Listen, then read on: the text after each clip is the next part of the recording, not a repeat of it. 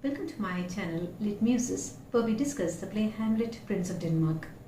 This episode is very special since this is my 25th video and it has been quite an enlightening journey with you all, and I take this opportunity to thank all my viewers for watching all my sessions. In case you haven't subscribed yet, please do subscribe to get my latest videos as they are posted here. I'll be grateful if you let me know your comments and suggestions for further improvement.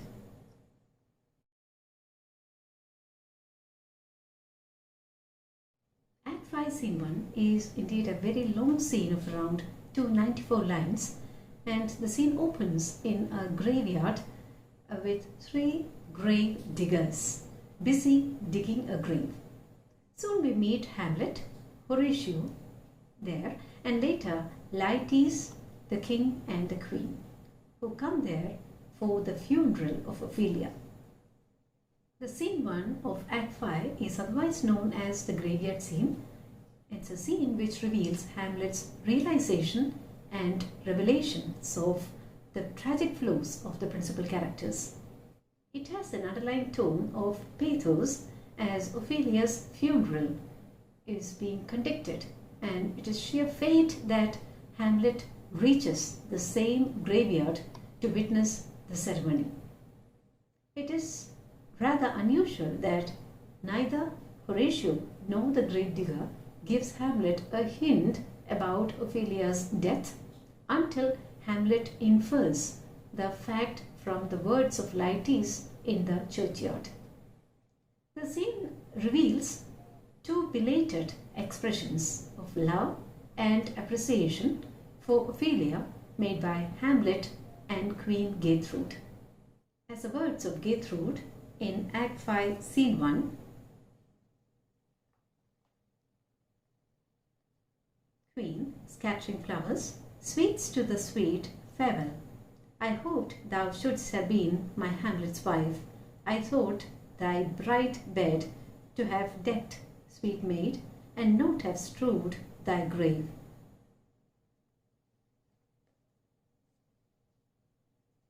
These 4 lines, uttered by Queen Gertrude, reveal her hypocrisy and the delayed confession of Hamlet's love for Ophelia reveals his failure to give her due while she was alive. But we can't blame Hamlet, since he was burdened with the instruction of the ghost of King Hamlet in Act 1 to keep aside all trivial fond and remember him. The scene is important since it accelerates Hamlet's understanding of the metaphysical secrets and intrinsic truth about human life, which he has been recognizing ever since his journey to England. As he watches the grave diggers discard all physical remains of the dead to prepare a new grave, Hamlet realizes the grim reality, and he is struck by a sudden flash of self-realization as he sees with his own eyes the finite nature of human glory and the limitations of human splendor. The first 65 lines of Act 5, Scene 1, they mirror the thoughts and reflections of 3 grave diggers as they discuss about the propriety of branding a ceremonial Christian burial to Ophelia, who has taken her own life. In fact, their thoughts and doubts are the very thoughts of Hamlet, which kept him off from committing suicide, as reflected in his famous soliloquy, To be or not to be soliloquy in Act 3. Meanwhile, Hamlet and Horatio reach the graveyard to have a clandestine meeting, as per his earlier decision to meet Horatio after his miraculous return from England. They might have opted the graveyard for a safer venue for their secret discussion. I hope you remember the end of Act 4, Scene 6, which ends with Hamlet asking Horatio to meet him at the earliest. So in response to that promise, we find Hamlet is meeting with Horatio in the graveyard. As Hamlet enters, he is astonished and visibly moved as well by the detached work culture of the grave digger, who shovels away the skulls of the buried in his efforts to clear the grave for Ophelia. Here we find Shakespeare stresses the theme of the importance of detached and selfless action for fulfillment of one's own duty. During their casual chat, the grave digger, who has not yet recognized the identity of Hamlet, tells him that he commenced his duty on the very day the late King Hamlet fought a battle against the late King Fortinbras of Norway, which is again coeval with the birth of Prince Hamlet.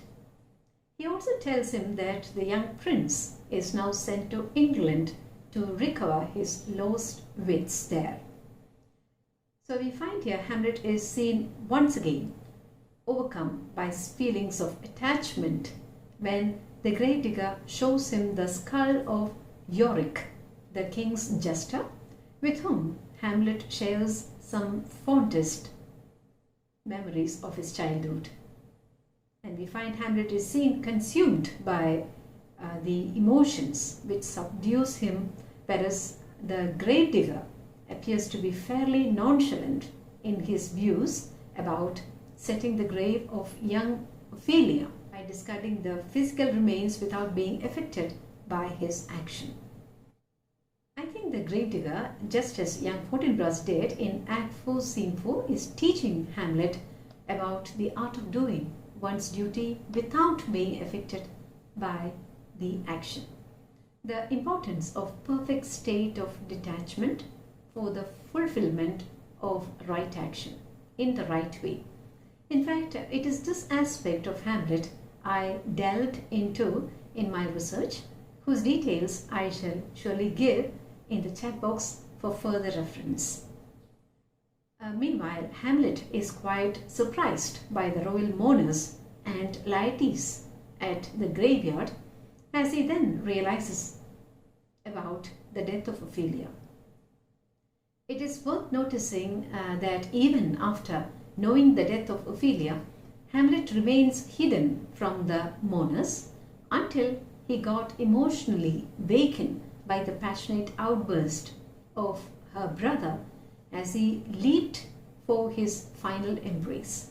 Actually, it is at this moment that Hamlet reveals his identity before all by stating, "This is I, Hamlet the Dame," which can be read as a firm recognition of his own identity as a prince and as Ophelia's lover.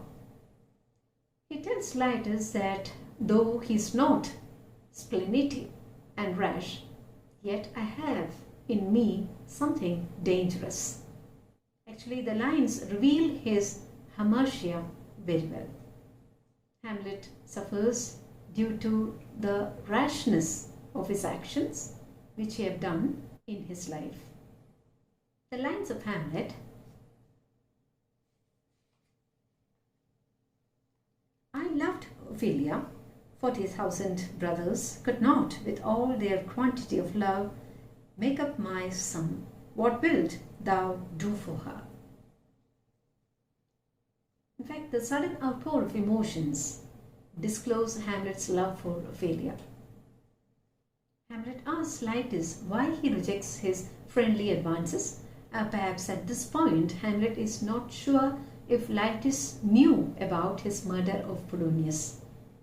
And we find King Claudius instructing Horatio to attend Hamlet well as they leave the graveyard together.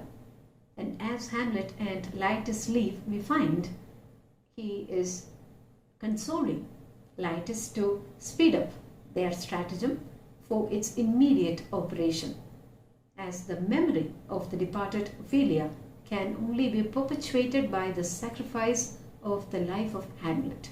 So here we find Hamlet is presented as a sacrificial goat, and he is supposed to sacrifice his life for the tragedy that has befallen Ophelia. The scene ends with very important lines uttered by Claudius. An hour of quiet shortly shall we see, till then in patience our proceeding be. In fact, these lines uttered by King Claudius reveal his eagerness to use Laertes as an instrument through insinuating revengeful thoughts in him to kill Hamlet for peace and well-being of the entire nation. Hope the session was a fruitful one. Please subscribe my channel and let me know your valuable suggestions too. Thank you.